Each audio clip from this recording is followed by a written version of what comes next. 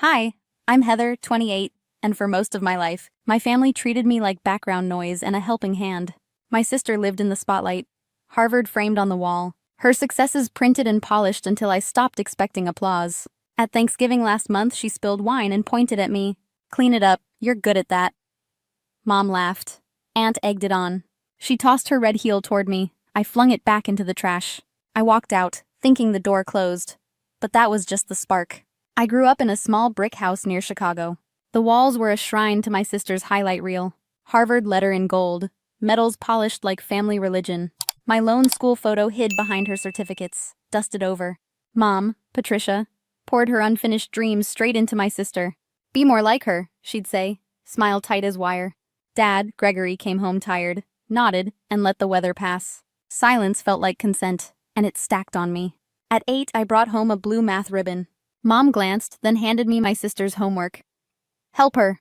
My win became a footnote to someone else's headline. Service turned ritual. Toast her bagel, pack lunch, clean quietly. "You're younger," Mom said. "Families work like this. Help." She got tutors, piano, designer skirts from weekend trips. I wore hand-me-downs and saved diner tips for notebooks. At 16, she got a red car with a bow. I walked 2 miles in the rain and called it normal. Dinners were panels about her destiny while I cleared plates. If I mentioned an A, conversations swerved back to her. Teachers greeted me as her sister, expecting charm I didn't perform. Her friends drafted me for errands, tolerance traded for labor. I ate lunches in the library, learning compounding and markets. Numbers made sense even when love couldn't be bothered. At 15, I won state modeling stock trends in math. No one came, they were at her regional debate. Later, I found my research rewritten in her winning speech. My ribbon curled in a drawer like a swallowed scream. I worked shifts, tutored weekends, hid cash under my mattress. Not rebellion, preparation for a door they'd never open. I kept serving, shrinking, studying after the house went dark. I should have known then, the holiday table would meet its edge. State U felt like air after years of recycled breath. A tiny studio, a lock that answered to me. Finance clicked. Numbers don't play favorites or forget your name. I lived on ramen, scholarships, and part-time jobs. At the library, Dr. Susan Miller saw my charts. "Keep going," she said. "You think like a strategist." She drilled compounding risk patience over noise. I opened a paper account and steadied my hands. Daniel noticed during a project on market anomalies. "You see around corners," he said, pushing me forward. With him, I sounded like someone I recognized. Home visits shrank me into household help again. Mom narrated my sister's highlights. Relatives clapped on cue. If I spoke, the room changed channels mid-sentence. Daniel whispered, "Set boundaries." I smiled in apology. A hedge fund internship let me touch portfolios junior year. My notes saved clients money, I texted home. Mom replied, "Law is still a higher calling." Daniel said, "You're not staff, you're their daughter." Graduation came, my parents chose Boston over my stage. Daniel's ultimatum was simple. "Choose yourself or I'm gone." I froze. He left for New York. Then the market collapsed. Offers vanished overnight. I packed my honors in a box and went home. Same brick house, same wall of her framed applause. "Be useful," Mom said. I already was. 5 months later, a small firm took me on. Victor, a senior advisor, slid me the hard problems. "You cut waste like a surgeon," he said. He sent after-hours clients. I kept quiet books. Evenings, I built budgets and tuned portfolios. Checks cleared. I funneled dollars into a silent account. At home, I washed dishes and played broke. Silence kept the peace while leverage gathered. Victor taught hedges and cash control over drama. Some months my side work beat her salary. I said nothing. Power grows best in shade. I learned to like quiet. 3 years later, Seattle called with a senior offer. I signed, moved, wore thrift shirts on holidays. Let them assume I was barely staying afloat. My portfolio crossed $500,000 by 26. I mailed postcards, never statements, never proof. I was building an exit they wouldn't see coming. Back home, hairline cracks spread under perfect photos. Debt and denial pressed like weather. I flew in for Thanksgiving with a carry-on and limits. I should have known. They weren't done writing me small. A week after Thanksgiving, my phone learned a new language. 45 missed calls, voicemails sliding from scolding to begging. "Heather, please, something's wrong with your sister," Mom whispered. I texted 3 words and flipped it face down. "The slave's busy." In Seattle, I opened my other life. Dashboard steady, deed in my name. Cash unblinking. Leverage where they expected obedience. Aunt Linda called. Malpractice, suspended license. cards and collections, condo bleeding. And Dad, emergency surgery, insurance refused, house at risk. You have to help, she said, already spending my future. They'd called me useful and named it love. Now the bill was theirs. I had the receipts. I pulled a legal pad and wrote terms, not feelings. Public apology for 28 years of shrinking me. No comparisons with dinner. My photos on the walls. No orders, no errands, no sister as supervisor. If I pay, it's a contract, transparent, in my name. After that, boundaries like locks you can't pick. I printed bank letters, hospital contacts, payment chains.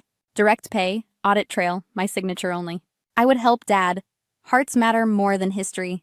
But I wouldn't fund the stage where I disappeared. Mom called again, switching to the family script. We're family. We stick together when things get hard. Am I family now? I asked. Or staff with better math? She's drowning, Mom said. Then swim, I answered.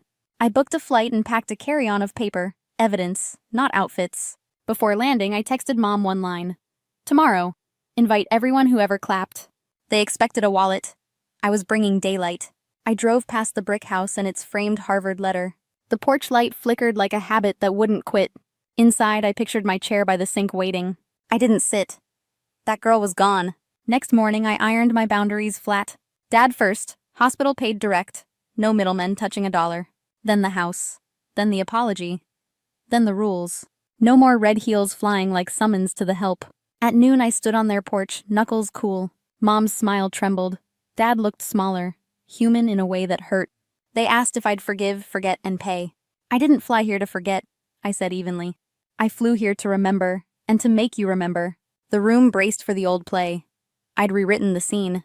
Tomorrow, I said, we tell the truth in a room. Then we save Dad. Then we reset the locks. Mom opened her mouth to bargain, then closed it.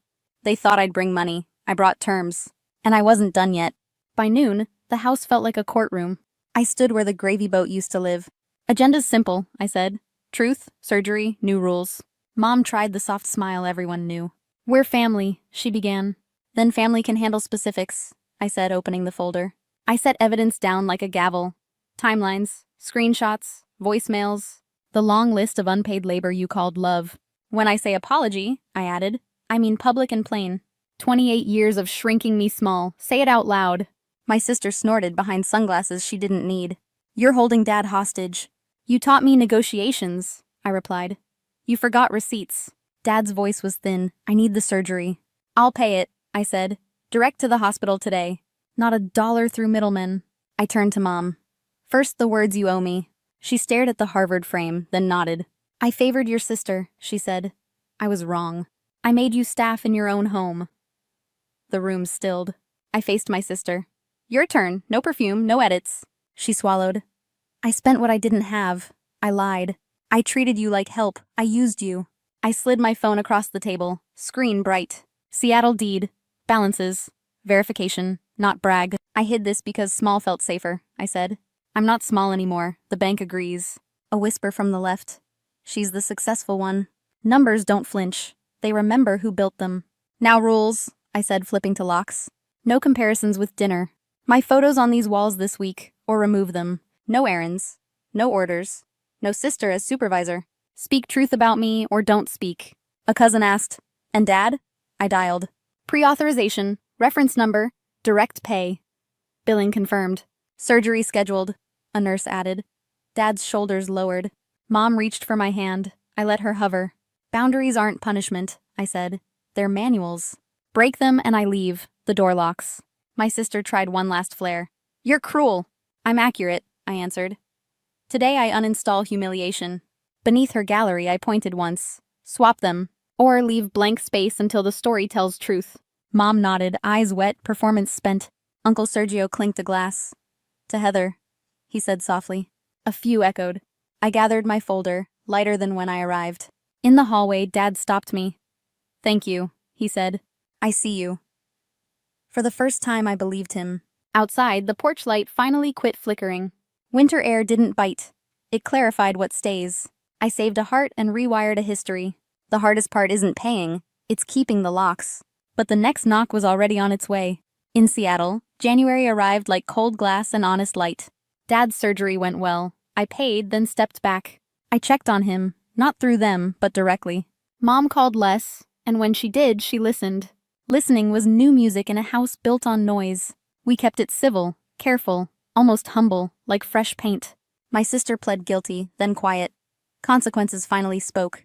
I didn't gloat. I protected the perimeter and my peace.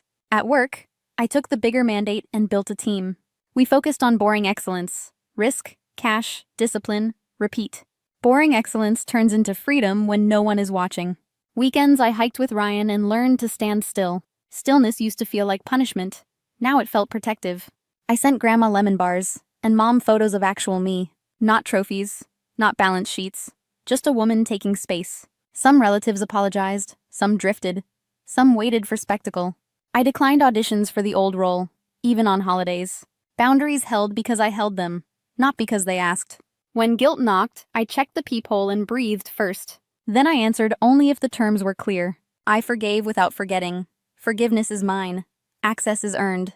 I framed one photo, me on a ridge at sunrise.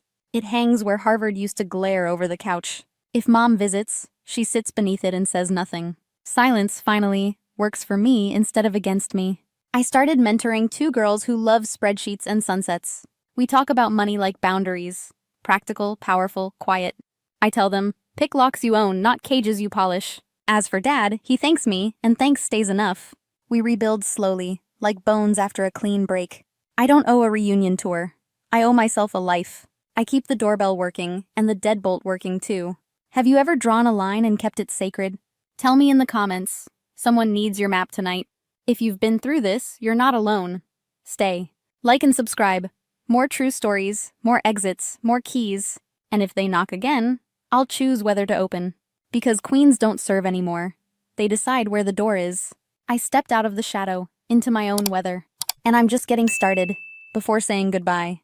If this story touched your heart, please give it a like. And share it with someone who needs to hear this today. Don't forget to subscribe for more true family betrayal stories. That reminds us we are stronger than we think. I wasn't planning to leave the apartment that morning. My laptop was open on the kitchen table. Emails waiting, projects half finished. The kind of routine I usually let swallow me whole. Yet something restless pressed against my chest. A strange unease I couldn't name. I poured another cup of coffee, scrolled through my bank app, and saw nothing unusual. Still.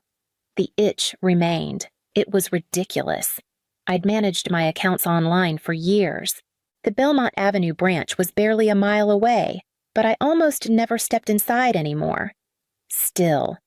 As I stood by the window, watching the late morning sun angle over the neighboring roofs, a thought came clear as a command. Go to the bank. I tried to reason with myself. Why bother? The bills were on auto pay. My rent cleared, my freelance checks deposited directly. Nothing demanded my presence. Yet the thought refused to let me go. By the 3rd time I'd circled the apartment, pretending to tidy up. I sighed and grabbed my bag. The drive was short. The streets hummed with weekday quiet. A handful of cars at each light. A mother pushing a stroller. A man in a suit checking his watch. I turned into the branch parking lot, expecting the usual mid-morning bustle. Instead, it looked strangely bare, 2 cars at most. I cut the engine, sat for a moment, and told myself I was wasting time. But I still opened the door. Inside my bag, my fingers brushed the smooth edge of my debit card, the same one I'd used since college. I thought about the years I'd built a fragile independence taking contract jobs, saving for my own place, pushing back whenever my parents insisted they knew better. Every step felt hard-won, and still. They managed to press shadows over my choices. I locked the apartment door in my mind as much as I had that morning in reality, wanting to believe I could shut out their influence whenever I wished. Yet, now, as I stepped out of the car and smoothed the wrinkles in my blouse, I couldn't ignore the quiet certainty tightening in my stomach. I walked toward the glass entrance of the bank, unaware that the moment I crossed that threshold, the foundation of my life would begin to shift. The air inside the branch was cool and quiet, the kind of hush that usually reminded me of waiting rooms. I expected to see 1 or 2 people at the counter, maybe a clerk arranging papers. Instead, My eyes caught on two familiar figures standing near the manager's desk. My parents. They were dressed neatly, as if they'd planned this morning carefully, my father in his pressed navy blazer, my mother in a pale silk blouse she reserved for important occasions. They stood close together, their posture calm, their voices low but deliberate. I slowed my pace, instinct telling me not to interrupt. The words drifted over before I could stop them. "Our daughter doesn't recognize us anymore," my father said smoothly, his tone carrying the weight of a man who believed himself reasonable. "She forgets names, places. We've consulted doctors. It's progressing," my mother added softly. "We're only here to protect her. She's not capable of handling her finances alone." My stomach clenched, my breath stalled. They were talking about me as if I weren't alive, as if I weren't whole. The manager nodded along, flipping through a folder my father had handed him. From where I stood, hidden half behind a tall divider, I could see the edge of my own name printed on one of the pages, Kalista Mercer. My life reduced to a file, spoken about in the past tense by the two people who raised me. They looked so composed, so certain, like benevolent guardians doing the hard but necessary thing. Anyone else would have believed them. Perhaps I would have too, if I hadn't been standing right there, pulse racing, ears burning with each false word. I pressed my palm against the divider, grounding myself, because if I didn't, I might have believed their story myself. I stepped forward, each footfall echoing across the polished floor, carrying me out of the shadows and directly into the lie they had crafted. My footsteps carried farther than I expected, the sharp taps breaking the spell of their polished performance. My father's voice faltered mid-sentence, and my mother's hand froze on the edge of the desk. Both turned at once, their faces shifting from composure to something tighter, almost brittle. "Good morning," I said evenly, though my throat burned. The manager blinked at me, glancing between us as if he had walked into a play halfway through and suddenly realized the actors were improvising. My father recovered first, forcing a small smile. "Kalista, sweetheart, you weren't supposed to." I cut him off. "I wasn't supposed to what? Here you declare me incapable of managing my own life." My mother stepped forward, voice low and sweet, as though soothing a child. "Darling, you've been under stress. Sometimes you forget things." "We just wanted to make sure I forget nothing," I snapped, louder than I intended. The bank lobby felt too quiet, my words bouncing against the walls. I turned to the manager, meeting his startled eyes. "My name is Kalista Mercer. I am not under medical care. I have not authorized guardianship, and I certainly recognize my own parents." His mouth opened, then closed, slowly. He lifted the folder from the desk, holding it out toward me like a fragile offering. My fingers shook as I took it, but I didn't break eye contact with the people who raised me. My father's jaw clenched. "You don't understand. This is for your own protection." I let out a laugh, sharp and humorless. Protection or convenience. Silence swelled between us, so thick I could almost taste it. The manager excused himself quietly, retreating to another office, leaving the three of us standing in a triangle of truth none of us wanted. I held the folder to my chest, feeling the weight of it press into me like a verdict.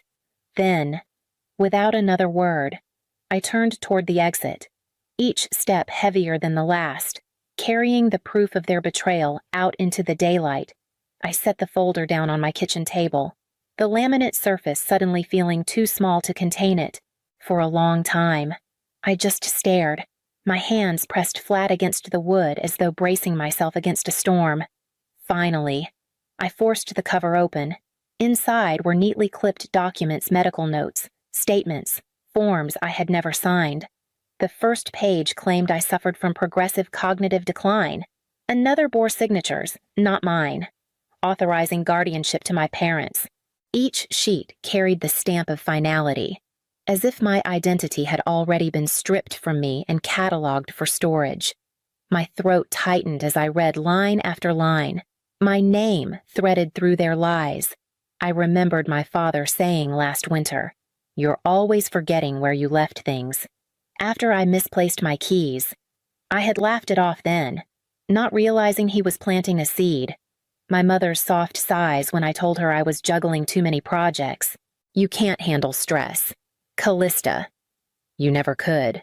At the time it felt like pity, now it sounded like rehearsal. I flipped another page and saw the date of a supposed evaluation. That same week I'd gone for a routine checkup, leaving the office with a clean bill of health. No decline, no warning. But here, in black and white, was a version of me I didn't recognize, frail, confused, incapable, a version they had invented. I pushed back from the table, the chair scraping against the floor. The folder sat there like an open wound, bleeding trust onto everything it touched. All the late-night calls from my mother asking if I'd eaten, my father insisting I should let them manage my rent to make life easier. Every gesture reassembled itself now into a pattern I couldn't ignore. I pressed my palms over my eyes, willing the weight in my chest to lessen, but it didn't. It only hardened. The doorbell rang, sharp and sudden, pulling me back to the room and toward the confrontation I knew was coming. The bell echoed through the apartment again, sharper this time, like they were trying to hurry me into answering. I opened the door and there they were, standing side by side on my doormat, faces arranged in polite concern. My mother's eyes darted past me into the apartment as though searching for the folder she already knew was inside. I stepped aside without a word. They walked in, their movements practiced, too comfortable in a space that was mine alone. I followed them to the kitchen, where the folder still sat on the table. Unopened since I pushed it away. I pulled out a chair, sat down, and with deliberate care placed the folder in the center between us. My father cleared his throat. "Kalista, we didn't want you to find out like this. It's a precaution. Nothing more. Precaution." My voice came out low. "Even, these are forged documents. These signatures aren't mine. And these medical notes fabrications?" My mother reached for the folder, but I pressed my hand on top of it. She withdrew quickly, folding her hands in her lap. "Sweetheart, sometimes you don't see how vulnerable you are. We were only thinking of your future." I leaned forward. "My future doesn't belong to you. You don't get to erase me while I'm still alive." Silence stretched across the table. My father tapped his finger against the wood, once, twice, but offered no rebuttal. My mother kept her eyes fixed on the floor. Their stillness was heavier than any argument. I opened the folder and pulled out one sheet at random, sliding it toward them. "This says I'm unfit to make decisions. Tell me, when exactly did I become incapable? Was it when I moved out on my own? When I refused to let you manage my accounts? Or was it when I started saying no?" Neither of them spoke. Their silence was the confession I'd been waiting for, louder than any explanation they might have offered.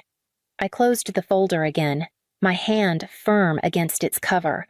The knock of my heartbeat was loud in my ears as I stood, pushing back my chair. They had nothing left to say, but I knew the fight was only beginning. I didn't sit back down. The weight of the folder still pressed against my palm as I looked at them, two people who had taught me my first words, held me when I cried, and now sat silent in the face of their own betrayal. Why? The question came out flat, stripped of emotion. Why would you do this to me? My mother opened her mouth, but my father spoke first, his patience cracking. "Because, Kalista, it's obvious you can't handle it. The trust fund, the deed, your accounts, they're better in our hands than wasted on your experiments." I froze. He hadn't meant to reveal so much. My mother's sharp glance toward him confirmed it. "So that's what this is." My voice hardened. "Not about protection. Not about keeping me safe. You wanted control. You wanted the money." My father leaned forward, his tone sharpening. "We wanted to make sure it wasn't squandered. You jump from job to job, living like stability is optional. You don't think about what happens in 10, 20 years. Someone has to. The words cut deep, not because they were true, but because they were laced with the contempt he had hidden behind fatherly advice for years. My mother reached across the table, her voice trembling. We didn't want it to come to this, but you've been distant, secretive.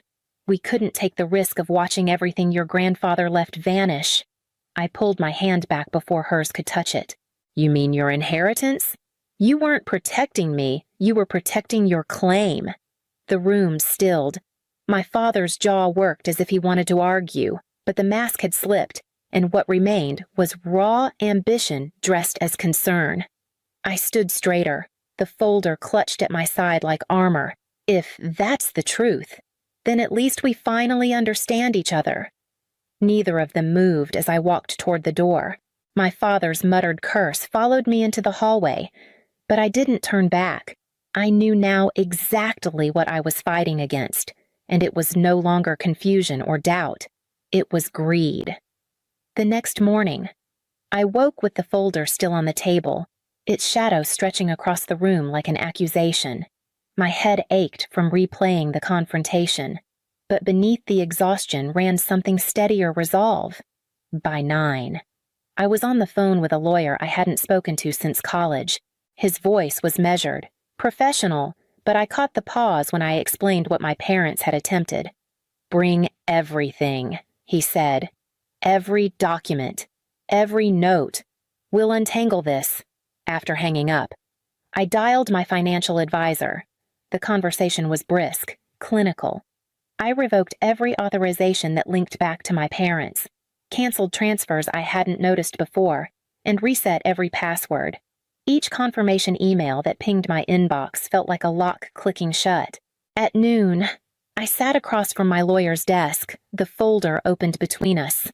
He scanned the pages quickly, shaking his head. These signatures are fraudulent. The medical reports are questionable at best. This won't stand in court. His certainty gave me air I hadn't realized I was missing. Then came the harder part. Do you want to update your will? He asked.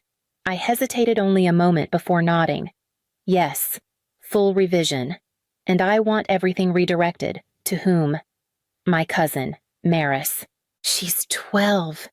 Too young to be part of this. Too honest to understand betrayal yet. He wrote it down without comment. I imagined Maris's gap-toothed smile, the way she still hugged me fiercely when I visited, and felt something steady inside me. If my parents wanted to treat me as a burden, then I would ensure their grasp never reached her. By the time I left his office, the sun was dropping low, and my accounts, my will, and my future were no longer theirs to touch. What remained was the confrontation I knew was still waiting at home.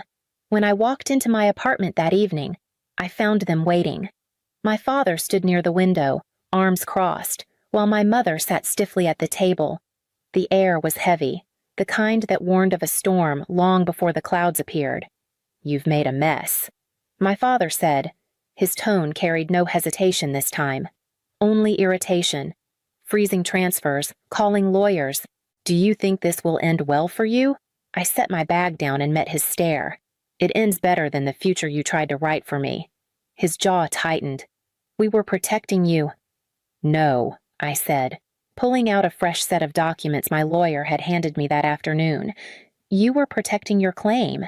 And I know about the attempt to transfer my condo deed. You filed it last month for the first time. My father faltered. My mother's hand flew to her mouth. But she didn't deny it. You forged signatures, falsified evaluations, and now you tried to steal my home. I laid the papers on the table with deliberate care. As of today, every guardianship claim is revoked, every authorization nullified. You will never touch another part of my life again. My father took a step toward me, voice low. You don't know what you're doing. I know exactly what I'm doing. I answered. I'm ending this. The silence that followed was colder than any argument. My mother finally whispered, Kalista. We only wanted I cut her off. You wanted control. And now it's gone. They didn't move as I gathered the papers and slid them back into my bag. Their stillness was almost eerie, like they were trying to imagine a version of me that would fold again. But that version no longer existed. I walked to the door, the sound of my keys sharp in the quiet, and knew the next time I faced them, it would not be on their terms. I had barely closed the door when the knock came, hard and insistent. I opened it to find my parents on the threshold, their polished calm stripped away. "You're ungrateful," my father spat. "Everything we've done for you, your schooling, the roof over your head, and this is how you repay us." My mother's voice wavered, though her words were sharp. "You've always been reckless. Kalista. We stepped in because you can't manage alone. You'll thank us one day."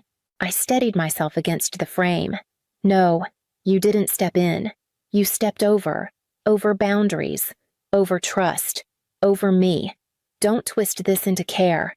My father's face reddened. "You think independence makes you strong? It makes you blind. We were protecting you from yourself." Their words might once have cut, but now they rang hollow. Echoes of a script they'd rehearsed too often. I saw it clearly. Their version of protection was just control dressed in softer clothing. "I'm not your project," I said quietly, "and I'm not your possession. Whatever story you've told yourselves, it ends here." For a moment, silence hung heavy between us. My mother's shoulders sagged as though she might cry, but no tears came. My father's jaw clenched, locked against admitting defeat, without another word. I stepped back inside and closed the door. The sound of it latching was sharper than their voices. Final in a way no argument could be.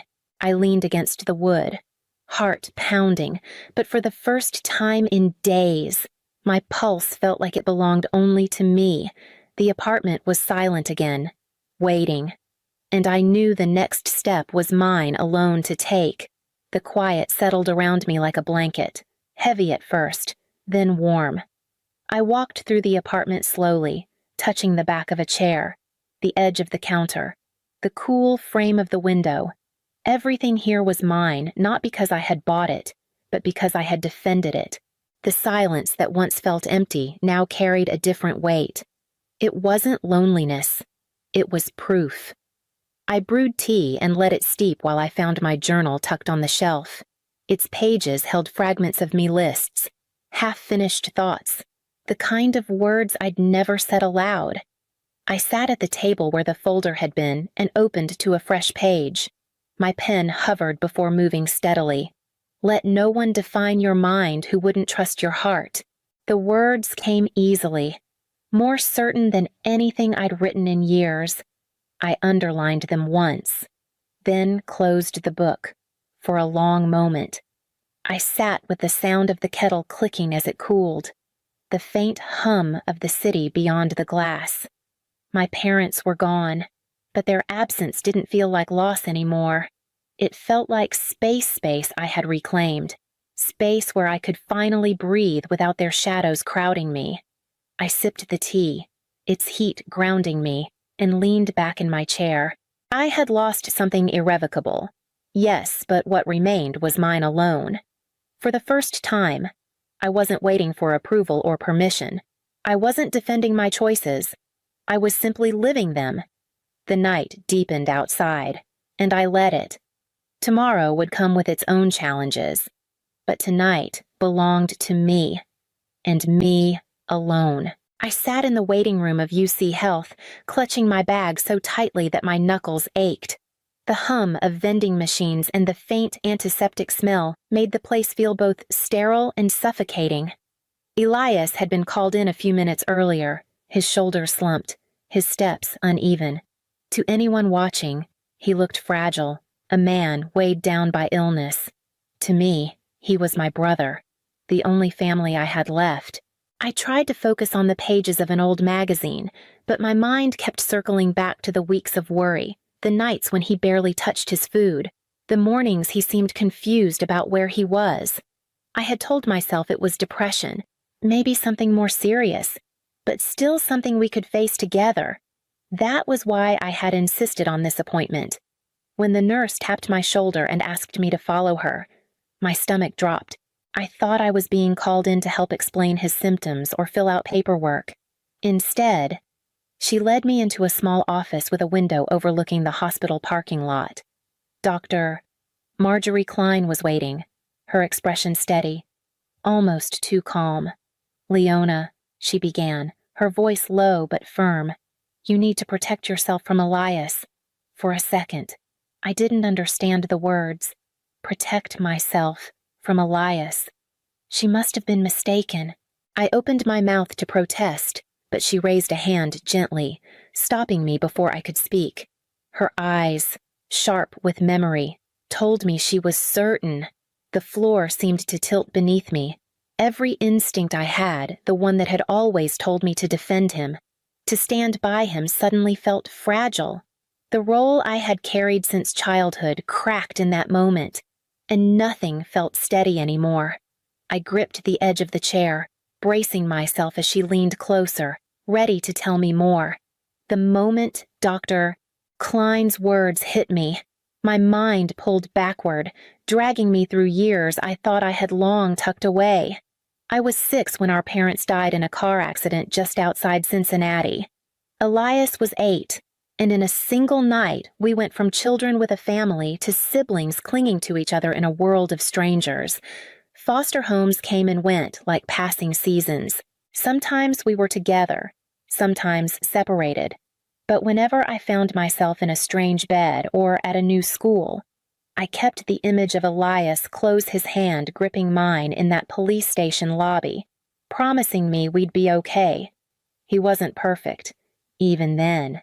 He picked fights with other boys, stole candy bars when he thought no one was looking.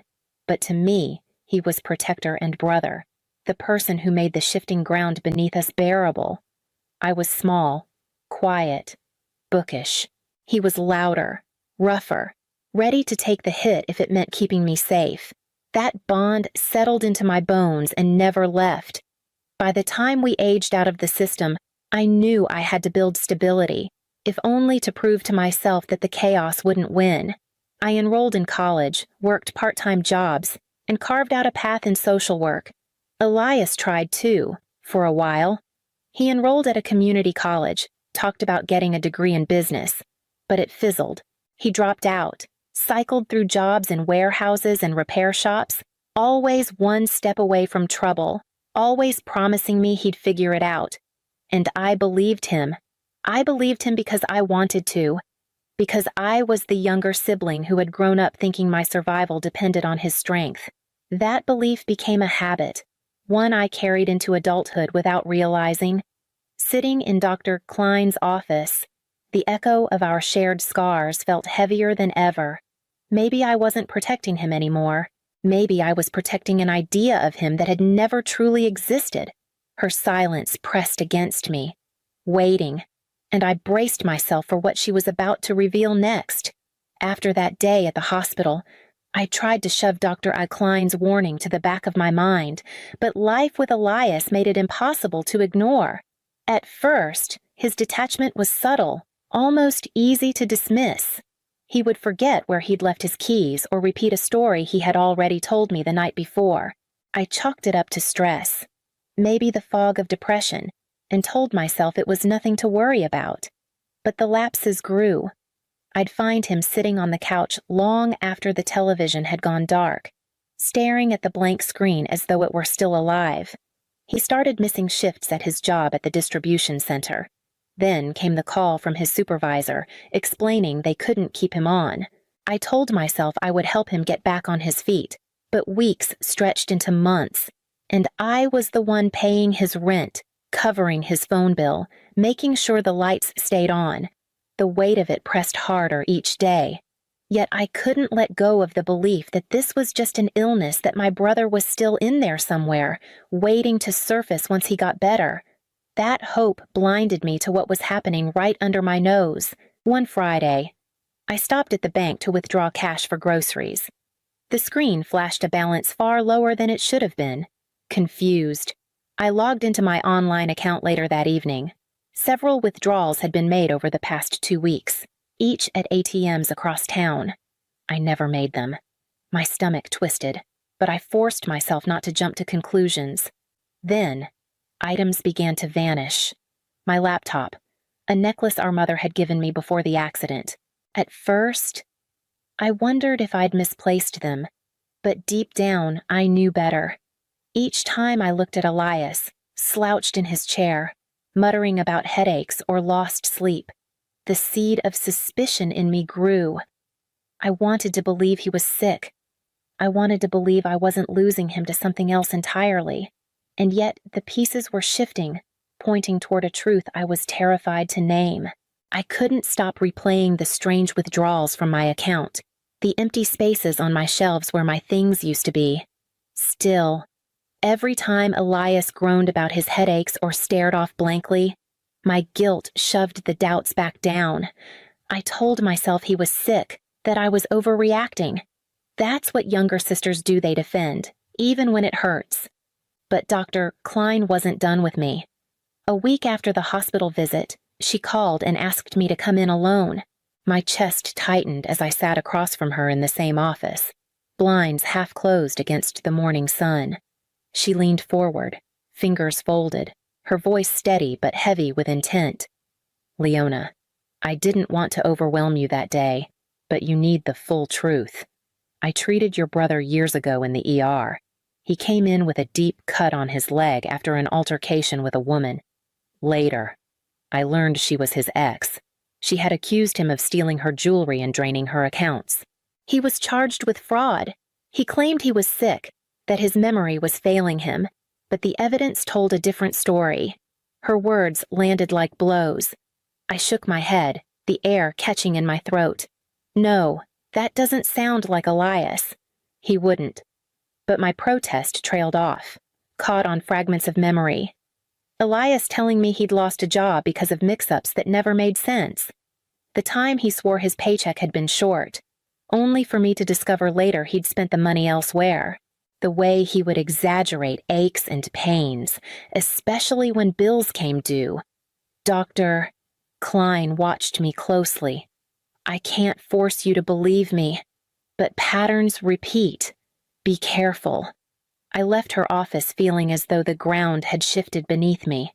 My brother's sickness had seemed tragic, even sympathetic. But now, every symptom I had taken at face value flickered in my mind like a trick of light, possibly staged. At home that evening, Elias was sprawled on the couch, eyes half closed, complaining of dizziness. I studied him, searching for truth in the lines of his face, and found only shadows that deepened my unease. The doubts clawed at me until I couldn't breathe. Every word Dr. Klein had said echoed through my head, colliding with every excuse I'd made for Elias. I needed to know for certain, one way or another.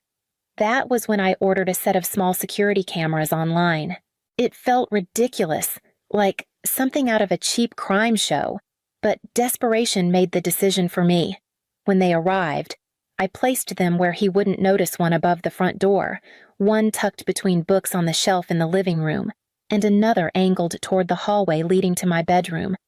I told myself it was for my peace of mind. I told myself I was being paranoid. But deep down, I knew I was searching for proof of something I didn't want to admit. For the first few nights, the recordings were uneventful. Elias stayed on the couch, barely moving except to shuffle into the kitchen for water. I almost convinced myself I'd made a mistake, but on the fourth night, the footage shattered that illusion. At 2 a.m, Elias rose from the couch with steady legs, no tremors, no staggering. He moved quickly to my bedroom, slipped inside, and emerged with the leather case where I kept my mother's necklace. My heart pounded as I watched him shove it into his pocket. Then, as if this were routine, he pulled on his jacket and left the apartment. The camera at the door caught him returning just before dawn. Empty-handed, his steps light, his expression smug in a way I had never seen before. The same pattern repeated a few nights later, this time with my laptop. He carried it out tucked under his arm, walking as confidently as ever. I sat frozen in front of the playback, nausea climbing my throat. The man I'd defended, the brother I had clung to through foster care, wasn't sick, he was stealing from me. Every groan, every blank stare, every trembling hand had been a performance. When Elias came home that evening and sank into the couch, muttering about dizziness, I couldn't look at him the same way. The betrayal was no longer a whisper of doubt. It was real, undeniable, and staring me in the face. I waited until the evidence weighed so heavily on me that I could no longer carry it in silence. The necklace, the laptop, the withdrawals, those weren't accidents or misunderstandings. They were choices, and I needed to hear him admit it, even if it broke me. That evening, I stood in the doorway of the living room, the camera remote clenched in my hand. Elias was stretched out on the couch, pretending to nap, one arm thrown over his eyes. I swallowed the lump in my throat. "I know what you've been doing," I said, my voice steadier than I felt. His arm slid away, and his eyes flickered open, slow and deliberate. "What are you talking about?" "I saw you," I pressed, my words trembling. "The cameras, the pawn shop trips, the way you walk just fine when you think I'm not looking." For a beat, silence filled the room. Then he sat up, shaking his head with a bitter laugh. "I'm sick, Leona. Sick. And you're spying on me. Do you have any idea how cruel that is?" His voice cracked in just the right places, like he was rehearsing lines he'd used before. But I saw it then, the glint in his eyes, the sharpness in his tone beneath the practiced weakness. It wasn't sorrow. It was strategy. My chest tightened as tears spilled over. "You're lying to me. You've been lying this whole time." He leaned forward, reaching out like he could reel me back into the role I'd always played, the loyal sister. "I'm all you have, Leona. Don't turn on me now." I jerked away, my heart tearing in two. After he stormed off to his room, slamming the door, I collapsed at the kitchen table, the weight of love and betrayal pressed so heavily I could barely breathe. But through the grief, resolve took root. If I didn't protect myself now, I never would. I wiped my eyes, opened my laptop, and began compiling every piece of evidence I had. The night after our confrontation, I barely slept. Every time I closed my eyes, I heard his words, "I'm all you have, Leona." It was true in one sense, but it was also a chain he'd wrapped around my neck. By morning, my fear had hardened into something else resolve. I called Adrian, the only person I trusted outside of Elias. He came over with his laptop and a yellow legal pad, his calm presence a sharp contrast to the storm inside me. I showed him the footage, the bank statements, and the pawn shop receipts I'd managed to track down. He said little at first, just took notes, his pen scratching steadily as the evidence piled higher. Finally, he looked up. "Leona, this is more than just bad behavior. This is fraud. If you sit on it, he'll do it again to you or someone else." The truth of his words cut deeper than any guilt I carried. Together, we organized the files, time-stamped everything, and arranged the video clips into a timeline. When it was ready, I drove us downtown to the police station, gripping the wheel until my hands ached. Inside, I laid everything on the desk of a detective named Ramirez. He raised an eyebrow at first, but as Adrian clicked through the footage, his skepticism shifted to grim focus. "We've had a string of reports like this," Ramirez said finally. "Your brother's name has come up before, but nothing stuck. This time, this might be enough." Hearing that was both relief and devastation. Elias wasn't just hurting me. He was repeating the same cycle he'd spun for years. I nodded, my throat tight, and signed the statement they placed in front of me. By the time I left the station, the weight on my shoulders had changed. It was no longer just fear. It was the knowledge that justice was in motion, and there was no going back. 2 days after meeting with the detectives, the knock came at my door. My heart lurched into my throat as I opened it to find two uniformed officers standing there, their presence heavy with finality. I stepped aside silently, my hands trembling as they entered the apartment. Elias was on the couch, draped in a blanket. His head tilted back as though even lifting it required effort. He looked up lazily, then frowned when he saw the uniforms. "What's going on?" he asked, his voice raspy, rehearsed weakness lacing every word. "Elias Harrow," one officer said firmly. "You're under arrest for fraud and theft." The moment froze. Elias sat upright faster than I'd seen him move in months. His eyes darted to me, wide and sharp, the mask slipping just enough for me to glimpse the truth. "Leona," he stammered. Tell them I'm sick." I couldn't speak at first. My throat felt locked shut, but I forced the words out. I gave them the proof. "Elias, I know what you did." For a split second, something flickered across his face, panic, raw and unguarded. The officers moved in, cuffing his wrists, reading his rights. He tried to twist the story, claiming depression had driven him to mistakes, but the performance fell flat against the weight of the evidence. I stood by the doorway, trembling as they guided him past me. He turned once, eyes narrowing, searching for the sister who used to defend him no matter what. But I didn't move.